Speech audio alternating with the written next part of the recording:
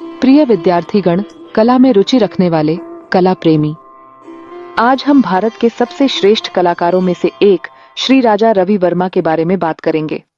हम उनके कहानियों की यात्रा पर निकल रहे हैं।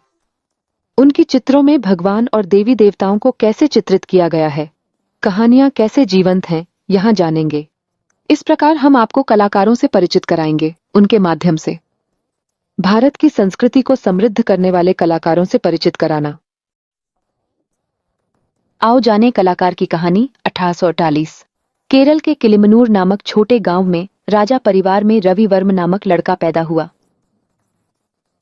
उनके पिता नाम एयल्लू माविल नीलकंठन बट्टाटिरुपल कला, पुस्तकें पसंद और शिक्षा से लगाव रखते थे। उनकी माता उमांबा तांबर्टी कविता लिखने वाली कला प्रेमी थीं। इस परिवार से रवि को कला का प्रेती मिला। रवि छोटी उम्र से ही चित्र बनाने का शौक रखते थे।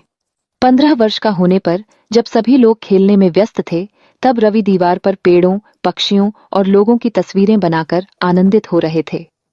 उसके चाचा राजराज वर्म एक बड़े पारंपरिक कलाकार के रूप में प्रसिद्ध थे। चिक्कपा तंजावरू शैलियों में चित्र बनाते थे। गार्डबर्न के सोने की अलंकार वाली देवताओं के चित्रों ने इसकी रचना को सजाया। रवि घंटे उन्हें ध्यान से देखते हुए खुद को कलाकार बनने का सपना देख रहे थे। यह तब हुआ जब वह लगभग 14 वर्ष के थे।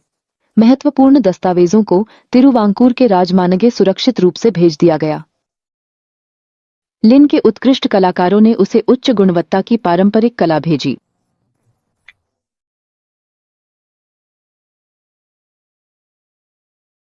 लेकिन एक दिन विदेश से आए बहुत प्रसिद्ध पश्चिम के कलाकार, उन्होंने यथार्थवादी पेंटिंग प्रदर्शित की।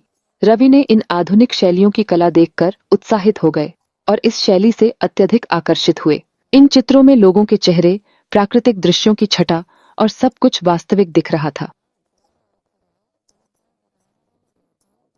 फिर रवि ने विदेशी कलाकारों से तेल के रंग सीखे। ये रंग सामान्य रंगों से अधिक गाढ़े और सुंदर थे। रवि भावनाओं पर ध्यान देते हुए चित्र बनाते हुए प्राकृतिक शैली में महारत हासिल कर रहे थे।